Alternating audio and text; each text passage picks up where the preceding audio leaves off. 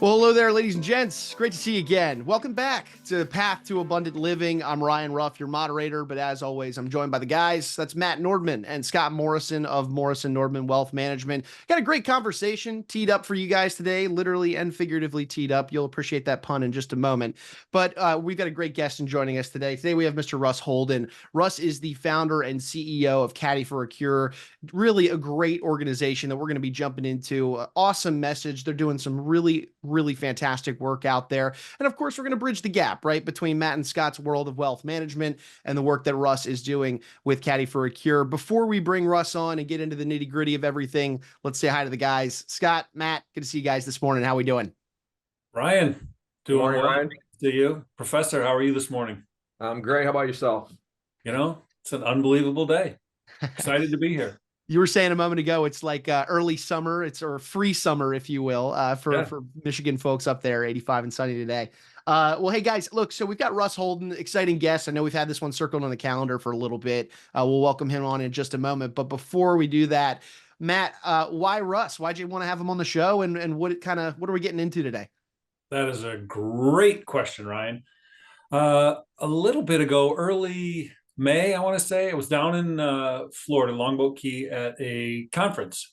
And at the conference, they brought in Dr. Rick Jensen, sports psychologist, works with top PGA, LPGA, professional tennis players, and has written a book called Driven, Habits of the Top 1%.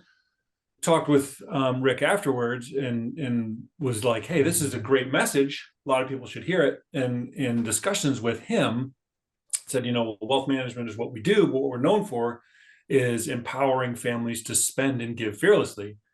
And he says, you need to talk to my friend Russ. The work that he is doing, Caddy For A Cure, Inspiring Warriors Golf. So he connects the two of us, and I have some conversation with Russ, and I'm like, oh, we have to bring him on. As you know, Ryan, a lot of the people that we work with, and just a lot of people in general, are charitably minded and want to be able to spend and give fearlessly. And we thought, well, let's highlight Russ and the work that he and his family and that they've been doing for a long time, because again, it's the difference makes, and Russ and his organization are one of those things. And we said, let's bring them on and let as many people as we can know about the work that they're doing.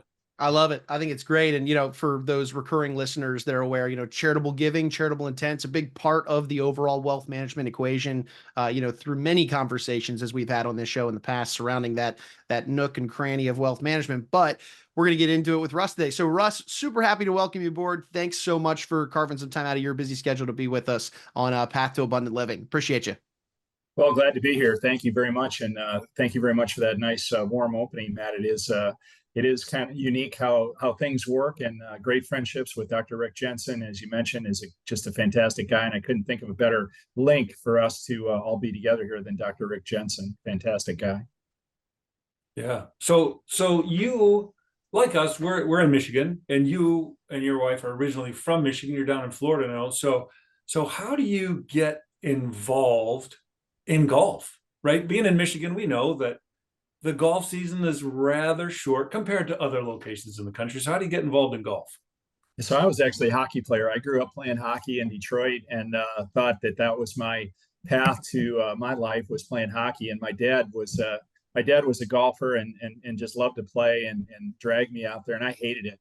I hated it when I was a little boy. I used to go out all over in Detroit area and play golf. And then I don't know how old I was, 13 or 14 years old. My dad entered me in a junior tournament. I actually won. I got a trophy about as big as half of me. And nice. I said, hey, this is pretty cool. So I started playing golf competitively and ended up playing high school golf and ended up at Malone College, now Malone University in Canton, Ohio, and played golf there and had a successful career, and thought I wanted to play for a living, and decided I like to eat on a regular basis, and that wasn't going to allow me to do that. So I wisely ended up being a club professional. I stayed down here in Florida and ended up with a very nice career. 39 years now. I've been a life member of the PGA of America, and very honored to be so. So you're Russ, that you have a relationship in caddying for Bernhard Langer. I'm sure our audience would be very curious and how that all came about. Yeah, continuing on with that story, I ended up here in South Florida, as I mentioned, and I got my first head professionals job at Woodfield Country Club in Boca Raton, Florida. And there's a German resident there, as you mentioned. His name is Bernhard.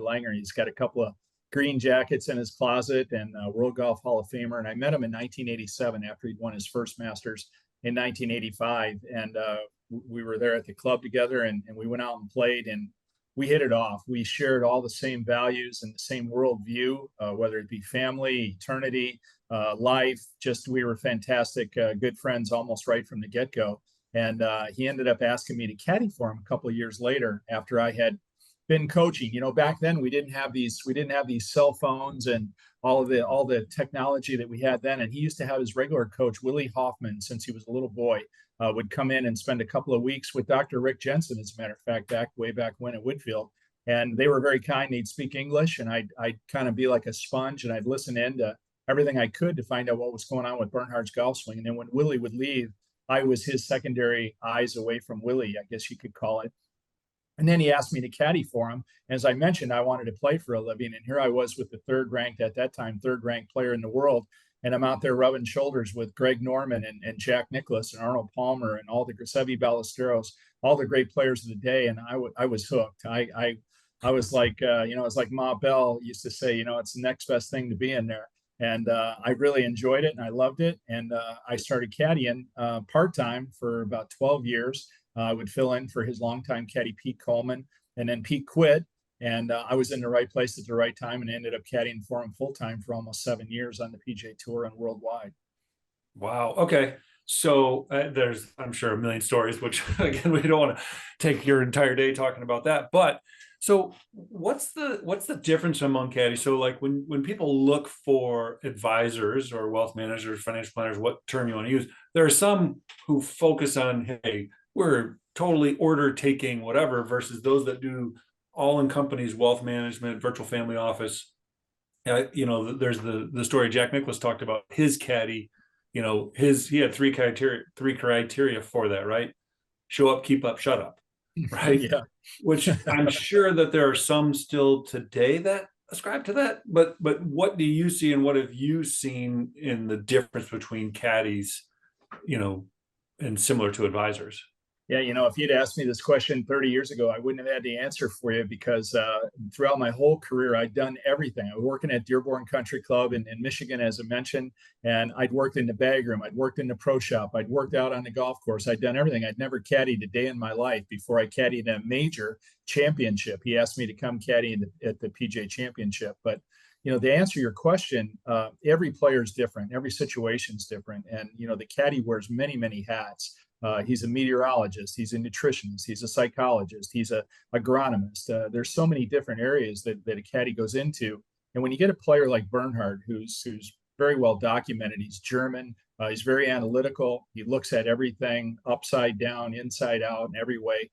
He wants a lot of information. I had a chance to caddy for the great Jack Nicklaus in our Caddy For A Cure program a few years ago at the Honda Classic. And I had all this information. I was so proud of myself. I had the number to the front, I had the number to the back, I had the wind, I had everything for him. And Jack said, whoa, just tell me how far I am to the hole. And I was like, oh my goodness, here's the great Jack Nicklaus. So there is no real answer. You just have to know when to talk, when not to talk. That's part of the shut up part of it. You do need to show up and be on time. Bernhard, again, very analytical, wanted to look at everything inside and out. So there's a lot of work before you get to the golf course that day, or even at the golf course that day. And then just being there in the right place. You got to know, as Vince Lombardi said a long time ago, to be a good coach, you got to know sometimes your players need a kick in the butt and sometimes they need a hug. And as a caddy, you need to know that exact same principle, that sometimes your player gets down a little bit. You have to be able to recognize. And there's that camaraderie and that relationship that goes back and forth between a player and a caddy, of knowing when that right time is. You don't want to kick him in the butt when he really needs a hug. It sounds a little bit or a lot like being a parent at times. It is. Yeah, it really is. And different players are different ways. Bernhard, I have to tell you, Bernhard always accepted responsibility. I could come in and give him all my thoughts. We'd talk over every shot. And we'd say, well, I think it's a 7-iron. And he'd want to know why. What are my reasons why? And I'd give him, you had to be ready. You had to be ready with your answer. Here you are talking to a very strong-willed, very successful person. You had to be really sharp and be ready with your answers. But then you'd give him all those answers. And he always took the responsibility that he said he was the one pulling the trigger. It was my responsibility, meaning him. It was my responsibility to hit the shot. I'm going to take all your advice and all your advisement. I'm going to take it under consideration. And sometimes I got overruled. And sometimes I was right and sometimes I was wrong. But he always took responsibility. Some players tend to, we call them caddy haters. They tend to blame everything on their caddy. And there's a lot, Dr. Jensen can talk to you about it. There's a little bit of psychological thing there about not taking blame and putting it on something else. But those players among the caddy ranks are not real well liked. And I've heard stories of one that I won't name the name that I've heard, and I'm sure you have many of those. But yeah, we won't bring up any particular players. Yeah. Well, it sounds like a lot of those same qualities in a caddy also apply to, Matt mentioned a parent. I was thinking more of a financial advisor myself, because I think about sometimes where the client obviously is asking for a lot of, strategy, a lot of, what could be the possible outcomes of things, but ultimately they end up making that decision themselves. And, you're kind of there to guide them along the way. I'm really curious then, how do you go from this position of essentially an advisor to somebody like Bernhard Langer, to the charitable endeavors that you found yourself in now with Caddy for a Cure, and then I know we're going to also talk about inspiring warriors. Yeah. So again, if you'd asked me this question 25 years ago, I wouldn't have been able to tell you. It's actually about 30 years ago. But on August 25th, 1993, a young man was born named Christian Thomas Collins. He was born with a rare bone marrow disorder called Fanconi Anemia. He was actually the son of one of my assistants while I was serving at Whitfield as the head professional. His father had pitched in the major leagues then for the Anaheim, California Angels, now Anaheim Angels. And double Tommy John surgery ended his baseball career, and came to work for me. Wanted to be in the golf business. He had made enough wealth in baseball that he didn't necessarily need to earn a ton of money. And I hired him. We hit it off. We were best friends. And again, on August 25th, 1993, Christian was born with this rare bone marrow disorder, which is pretty lethal. It ultimately leads to bone marrow failure. They have to have a transplant. And then they're highly susceptible to head and neck cancers as life goes on. But when I saw that, it was our first touch with family, that we were literally living, breathing, and dying day by day with Fanconi anemia. And it really bothered me. I said, somehow, somewhere, I want to do something. And I didn't have the foggiest idea what I was going to do.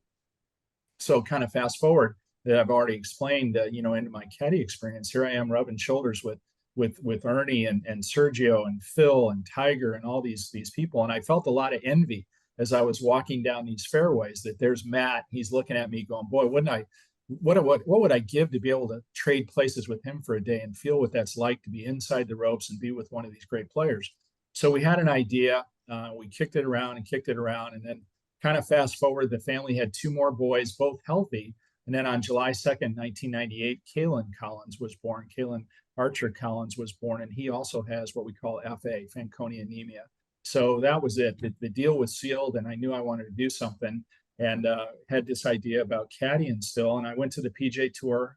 We sat down. We had a year of conversations back and forth about all the what ifs of could we do something called Caddy for a Cure, which would allow the avid golfer to be able to come inside the ropes, caddy for one of the professional golfers during a practice round or pro-am day.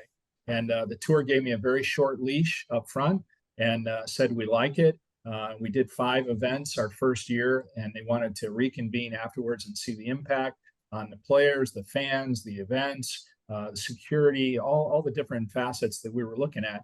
And it was a huge success. Boy, everybody had a great time. We raised an incredible amount of money for the various charities that we support. And off we went. And here we are 23 years later, still caddying for a cure. And then to bring up your point, Scott, about Inspiring Warriors Golf, in 2005, we'd been doing Caddy for a Cure for a few years. And I was caddying for Bernhard down at the Texas Open in La Cantera in San Antonio, which, if you know anything about military, when our wounded come back, typically they go to either Walter Reed or the Brook Medical Center in San Antonio. The PJ Tour, being very military appreciative and patriotic, walked 6 young men down the range that had all lost legs. Players were all there and hitting balls, and it was a chilling sight for me. And I had 2 boys that were about the same age as these young men. And I realized that they had raised their right hand and signed that blank check for us to be able to stand out there on that range in relative freedom and enjoy these liberties that we were enjoying. And I said, hey, I got an idea. If Scott can come and caddy for Ricky Fowler, why couldn't he or she be escorted by a wounded service member for the day? And it took the PJ Tour 3.5 megaseconds to go, we like that. Let's go ahead, Russ, you run with that.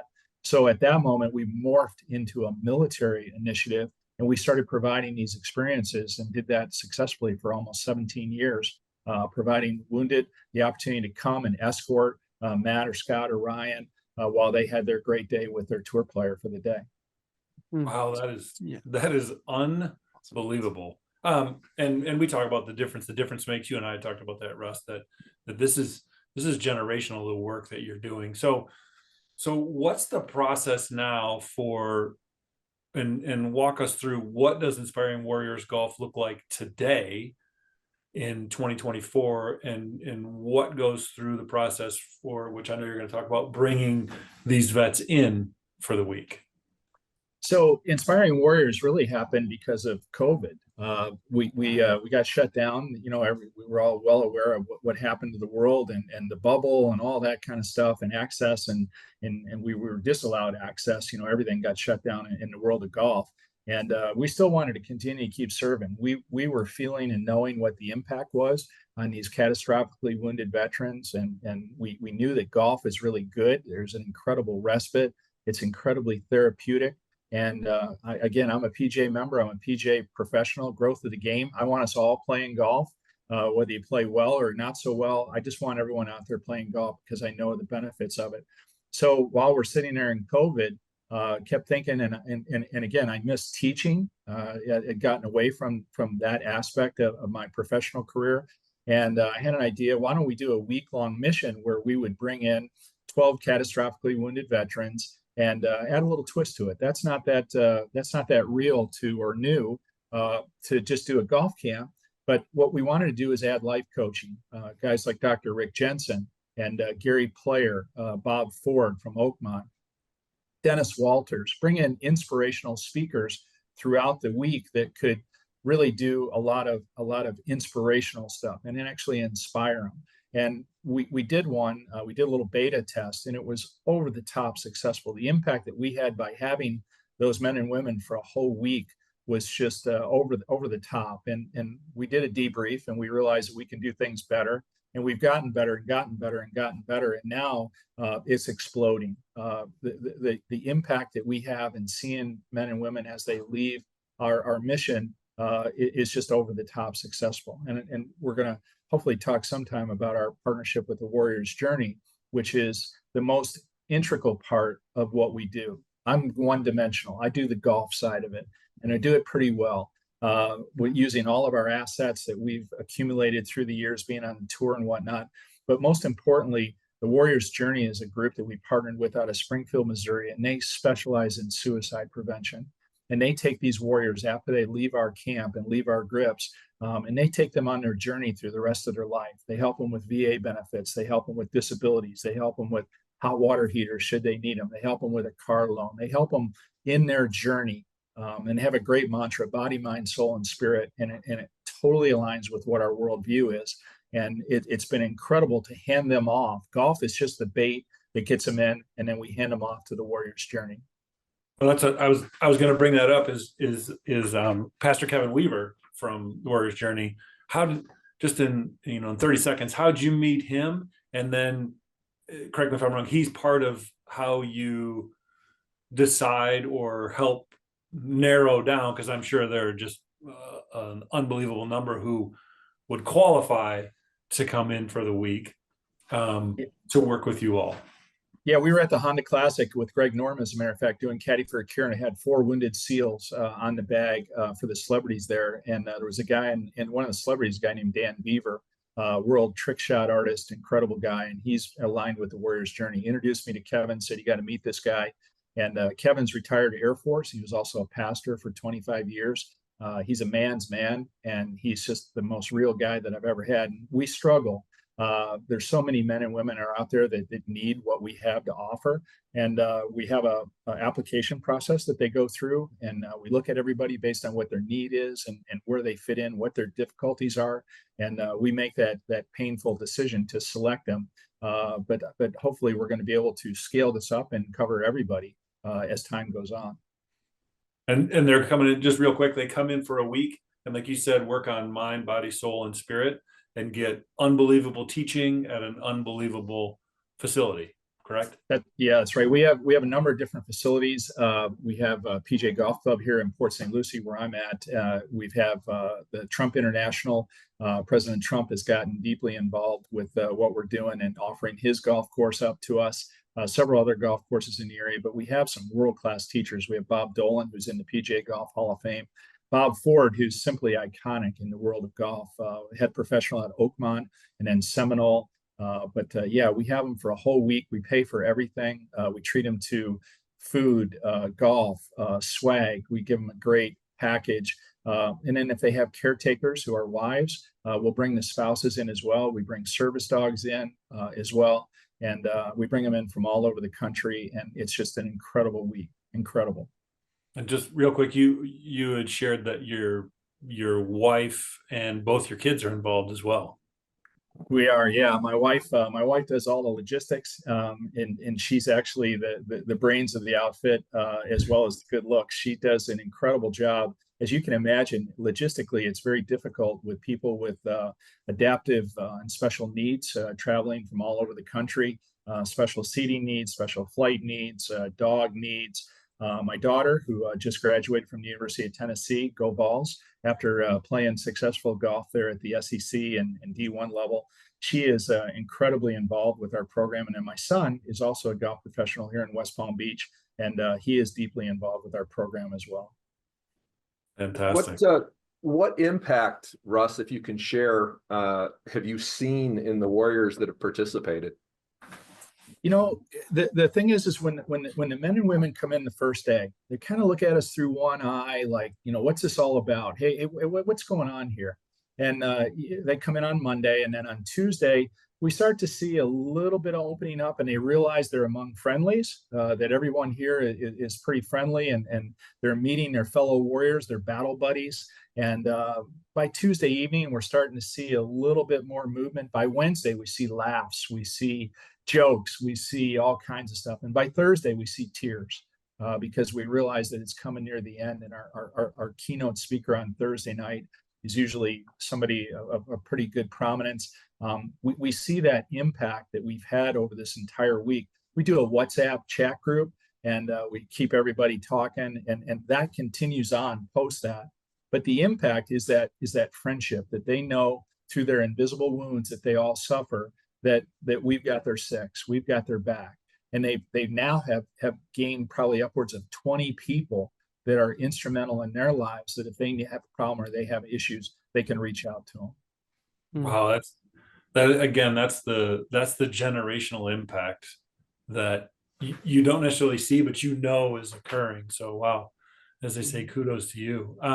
So this past year, you got connected with what some would say is arguably the greatest club in the world at Augusta National and Chairman Ridley. And so how did that come about? And then, tell us a little bit about that experience for everyone. So Kevin, our partner with the Warriors Journey, has an exceptional relationship with one of the key members there at the club. And we went up last year and discussed our option. My original thought was to take 12 Warriors and get a chance to go up and play Augusta National. And that didn't necessarily fit the members' ideas up there. And but they did appreciate what we were doing, and they wanted to offer us the next best thing, which was a trip to the Masters. And as I've mentioned through here, I've had a glorious career at the Masters with Bernhard being on his bag there many times. I had the opportunity to play there. I've gotten to do a lot of things as a guest of a past champion. And what the membership did for our Warriors this year at the Masters was over the top. I got to go to places that I've only dreamed about going in. Butler Cabin, where they do the green jacket ceremony. We had lunch in the founders room, which is Bobby Jones's room, where he used to have lunch all the time there. And just a plethora thing. We took a golf cart down to Amen Corner. We had several fairly badly injured warriors. The things that we got to do in the membership, the green jackets wrapped their arms around our warriors. Incredibly patriotic, incredibly military appreciative, the Augusta National, and we had the trip of a lifetime. And the best news is we're invited back for next year, so we're going to get to do it again next year, and hopefully for many years to come.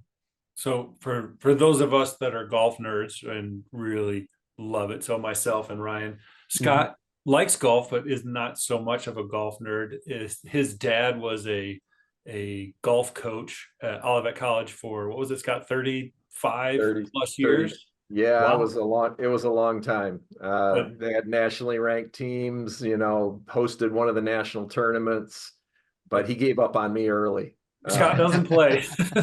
I tried to pull everything down the third base line, and it just kept going to right field. And he said, maybe stick with softball or something. But I still have plans or aspirations to try to pick it up again when I finally let Matt take over, and as part of my continuation plan. But yeah, don't give up on me yet. They all turn to golf sooner or later. So. It is a great sport. So it is. For those that are watching, we can see and you have a couple little tales there. How did you get involved with the Blue Angels? Wow, that's a great story. So my dad was a pilot back in Michigan, and he took me to Selfridge Air Force Base when I was in 1968 when I was a kid. And there it was. I developed my problem there, which is my deep attraction to fighter jets and jets in particular. And golf, again, the great connector, right? I was working for Bernhard in Charlotte. He tore a tendon in his wrist, and we came back home here to Fort Lauderdale. And I was very upset because I was going to miss the Fort Lauderdale Air Show. And my wife, we went down on Friday to watch practice. And she said, we were driving down 818. She said, pull in that hotel. I said, honey, no, there's not a hotel in for 20 miles from here. No, we went in there, and fortunately, they had a room. And while I was standing there waiting to pay for my room, the Blue Angels walked back in. They had just completed their flying, and they're all in their blue and gold uniforms. And the great connector, I walked by them and I said, hey, any of you guys play golf? And they all raised their hand. And I said, you all just became members. And frankly, the 4 of the members that were on that team have ended up becoming life best friends with me. And we share this love for golf and a love for flying. And I got deeply involved with the team, and then ended up serving on the foundation. I ran their golf tournament for them. We raised $1 million for another warrior group, the Warrior Foundation out in San Diego.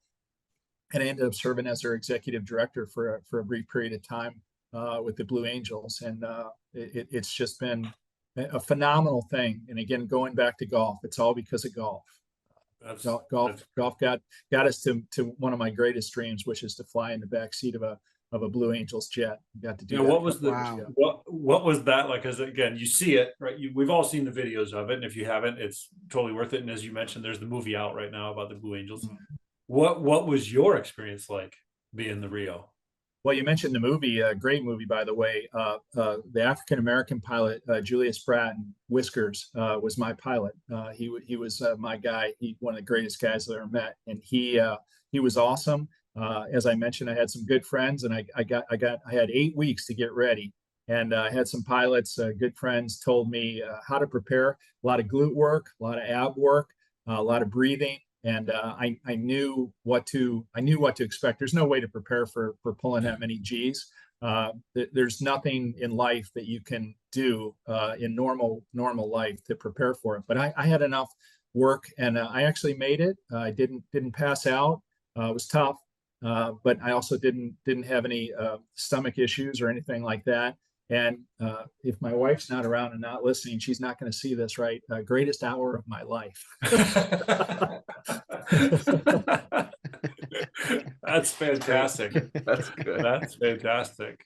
So that's the one where when you take off, it's, hey, we're going straight to the sky, correct? Yeah, probably.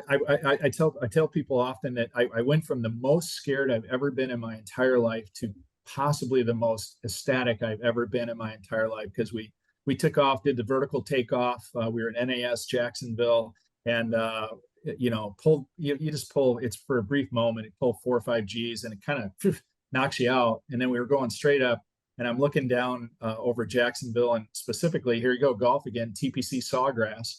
And I'm looking down, and I'm like, this is the coolest thing I've ever done. And we did a barrel roll and turned over upside down, inverted, and made our way out to the ocean to do our work. And it was just unbelievable. Wow. That's pretty cool. Hey, Russ, you've certainly generated a lot of excitement and energy with this, with our little podcast here today. I know our clients and anyone listening is going to be really interested in how to get involved, how to give to the organizations. What can you tell us in terms of how to even if there's volunteer, if money isn't something that they can give, is there a way to also volunteer in any way? Can you give us some more information on that? Yeah, I appreciate that. Time is very, very precious. Time's the most valuable asset that we have, right? Time is just as important as dollars and cents. But we do have a great website. You can go to inspiringwarriorsgolf.org. If that's too much, we shortened it with another URL, iwg.golf, iwg.golf, and go there and you can look at all the experiences. The Augusta experience is all documented there, as well as our other missions that we've had. We do a great photography piece on each one of those and a little description.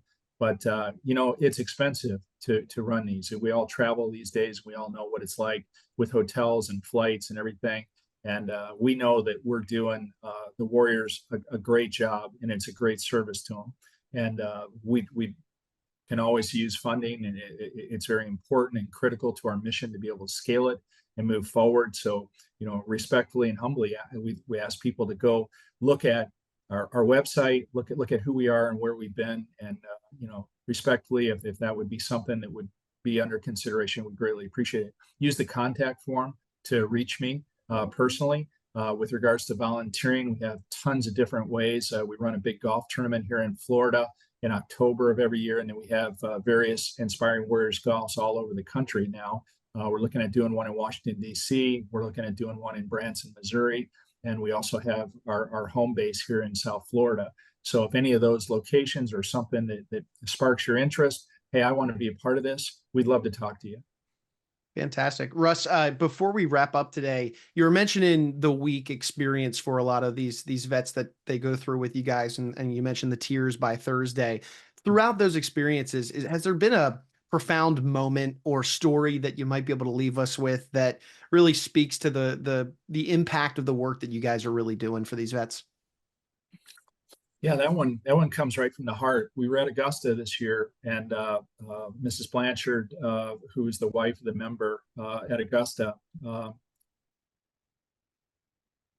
was touched by what it was. The sight of the men and women that we had there with us was pretty profound, and it really spoke to who it is and what we were, because it was spontaneous and it was instinctive that she gathered them all around. Mrs. Blanchard is small in stature, big heart, small in stature, and she reached out and grabbed all of us, and she put us all in a circle, and she started praying over these men and women. Didn't ask her to do it, didn't know she was going to do it, but you could tell of all the churches I've been in, all the prayers that I've been in through my whole life, I've never heard a more inspirational or more warm and loving prayer. And it spoke to everything that we're trying to do. My wife likes to say, hey, we just get them in and we just love on them for a week. That's what our mission is. We get them in here and we're able to love on them. And that care, and people know that, people sense that, and the Warriors sense that. And Mrs. Blanchard's prayer was probably the most impactful. Here are men that have been in theater and have fought the good fight for us. And when we stopped that prayer, I don't know of anybody that wasn't crying. It was incredible. Such a moment. Here we are in the cathedral, Scott, of Augusta National, and this beautiful place. And there was this incredible prayer. And that really summarized what Inspiring Warriors Golf's all about. We're just doing the very best that we can for them. That's amazing. Thank you for sharing that. I appreciate it. Yeah, really. Thank you so much for being here. It is, we are profoundly grateful for those that, like you said, step up, raise their hand, and serve. And then for those like you and your family and your organization for loving on them and doing all the things that you're doing to make just a significant impact in their lives and future generations' lives. So thank you. And thanks for being here today. Thank you. Glad to be here. As the Blue Angels say, you'll hear it a lot of times in the movie, glad to be here. And we are, in fact, glad to be here. And immensely happy to be able to speak our message, and we appreciate you giving us this platform. Well, and as your friend Zig would say, let's get round to it, right? Let's get round to it. That's for sure. Get round to it. All right, fantastic, folks. Again, Russ Holden, founder, CEO of Caddy For A Cure and Inspiring Warriors Golf. So appreciate him and his time today to dive into some of those great stories. I'm sure there's a handful of golfers out there in the audience that enjoyed the discussion with him today. But guys, I'll throw it over to you. Thoughts, impressions, takeaways from today's conversation. Scott, why don't we start with you today? I just get excited about when we have guests like this on. I think the first knee-jerk reaction from some listeners would be, what's this got to do with financial planning? And it's just every time we do one of these, you find those parallels to being a caddy, to being an advisor, to offering, help where you can, but then also in the financial world, knowing that, we're always looking for in our estate planning and our financial planning, those charitable opportunities, and rarely, have the time sometimes to be able to actually research them and know what they're all about. And so it's just kind of exciting that, after each of these kind of events, I always have one or two clients always asking me, that's one I could get behind. That's something that I would be interested in. And it just, sparks that conversation. That's great. That's great. Matt, what about you? What's some of your takeaways? Similar to Scott in addition to, so you think about, like Scott was saying, all those parallels of what people are looking for, whether it's a caddy or an advisor, or, to help bring that entire team together to achieve all those things that are most important, right? And in golf, it's, hey, I want to win the tournament. Well, in our own lives, it's right. How can we, as we talk about, how can we spend and give fearlessly, where we can do the things that we want to do, right? Take care of our loved ones, the causes we care about, and make that difference in the world. And working with a team helps you do that. And then part of that is that giving fearlessly. And like Scott said, when you hear about the work that they are doing, it is very impactful, to know that there are those who freely sign up, volunteer to, potentially give it all, and to know that there are those who are supporting them and helping them, on with their lives, for a better term, knowing that most of these are, 18 to 25 year olds. And you think back, believe it or not, I am not 18 to 25 years old anymore, but you think back to when you were that age and know that, hey, what's the rest of my life look like? And this is something that, again, is that generational impact. So again, any way we can highlight someone like that and show that there are ways that we all can get involved, then we're going to do that. Mm-hmm. What about you? Yeah. Well, whether you're a golf enthusiast or not, there's no denying the impact that an experience like visiting Augusta National and walking those, hallowed grounds, and that's not a fluffy sentence or, a fluffy statement about that place, to the impact that would have on somebody who is connected to the game of golf, who has maybe lost a piece of themselves when they were, serving our country. There's no denying that level of impact. So golf enthusiast or not, there's obviously a real, level of effort that can be made there. But also a really interesting parallel was, it's funny, guys, even coming into this episode today in the discussion with Russ, I was thinking to myself, yeah, maybe we're, trying to bridge the gap between the, financial advisor and the caddy conversation. But the more Russ kept discussing the nature of the relationship, not only his relationship with Bernhard Langer, but also just the nature of a caddy with a golfer, it's very interesting to hear how there is that level of advisorship, just I can give you all the numbers. I can give you the wisdom. I can give you this, and that. But at the end of the day, you're going to be the one that calls the shot. You're going to, he used Bernhard's expression, pull the trigger, hit the shot, make the decision at the end of the day. And, there are a lot of parallels there. I mean, you guys as financial advisors, you can arm your clients with the best knowledge they can have. But at the end of the day, it's what aligns with their goals, what they want to see for the future. They make the decisions, but you guys can certainly be there along the way to help them. So I did really love the parallels between these two worlds, and just awesome guy, Russ, just sitting down with him today. That was a fun conversation for sure. Yeah, it's like you said, you don't have to be interested in golf, or sounds like you, Ryan, and me, hey, we could talk golf stories all day. Oh my gosh. Any day of the week and twice on Sundays. Right? Right. And okay, number one at Augusta. And okay, when you're coming out of the Amen corner, like some people are like, okay, too deep in the weeds, don't care. But like you said, when you start looking at the parallels and then the work that they're doing, and again, so many people are charitably inclined, and what a great organization and a cause that they're championing. And again, if we can be a part of that in some way, that's what we're going to do. Sure. So fellas, let me ask you this then, for anybody that listened or watched today's episode, if either they're, existing client of yours that is interested in having a conversation with you guys, or somebody out there who found this podcast episode because of their love for golf or their relationship with Russ or so on and so forth, and they would want to reach out to you guys, start a conversation about how they can live and give fearlessly, what would be the best way somebody could open up that conversation with you?